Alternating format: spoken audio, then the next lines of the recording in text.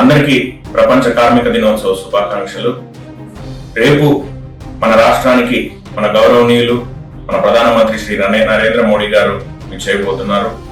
అనేక శంకుస్థాపన పనులలో ఆయన పాల్గొనబోతున్నారు. ఆగిపోయినటువంటి మన క్యాపిటల్ అమరావతి పునఃప్రారంభ పనులను కూడా ఆయన శ్రీకారం చుట్టబోతున్నారు. దాదాపు 49,000 కోట్ల వర్క్స్ స్టార్ట్ కాబోతున్నాయి.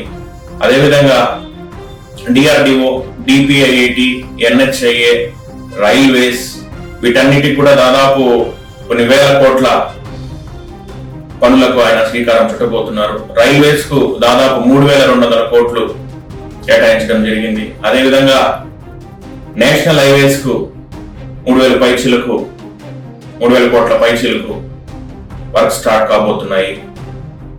వీటన్నిటిని గమనిస్తుంటే ఎలాగా రాష్ట్ర ప్రభుత్వం ఆంధ్ర రాష్ట్ర డెవలప్మెంట్ ని ముందరకు తీసుకుపోతుందో ప్రజలందరూ గమనించాలి. అదేవిధంగా మనం గమనించినట్లయితే గత ప్రభుత్వంలో దాదాపు 5 సంవత్సరాలు ఏ విధంగా విధ్వంసం జరిగిందో కూడా అందరికీ తెలిసిన విషయమే. ముఖ్యంగా ఒక రాష్ట్రానికి కావాల్సిన ఒక క్యాపిటల్. మీరు ఏ రాష్ట్రం చూసిన భారతదేశంలో ప్రతి రాష్ట్రానికి ఒక క్యాపిటల్ ఉంటుంది. గత ప్రభుత్వం ఏం చేసిందంటే ఆంధ్ర రాష్ట్రానికి ఒక క్యాపిటల్ అనేది లేకుండా కన్ఫ్యూజన్ లో పెట్టేసింది ప్రజలను.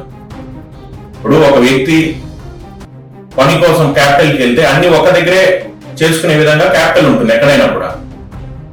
వీరేం చేశారంటే దాన్ని 3 క్యాపిటల్స్ ఉండాలి, 2 క్యాపిటల్స్ ఉండాలి అని చెప్పి ఒక కన్ఫ్యూజన్ క్రియేట్ చేసి ఒక క్యాపిటల్ లేకుండా చేసి పెట్టారు వీళ్ళు.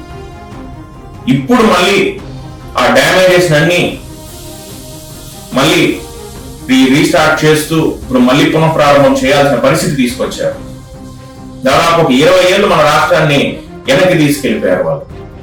కానీ ఏం పర్వాలేదు, నరేంద్ర మోడీ గారి నాయకత్వంలో ఆయన మీద మాకున్నటువంటి నమ్మకంతో ఆంధ్ర రాష్ట్రం ఖచ్చితంగా చాలా వేగంగా ముందరికెళ్తుందని, భారతదేశంలోనే ఒక మోడల్ స్టేట్ గా తయారవుతుందని, అదేవిధంగా అనేక ఇన్వెస్ట్మెంట్స్ కూడా ఇవాళ ఆంధ్ర రాష్ట్రానికి రాబోతున్నాయి.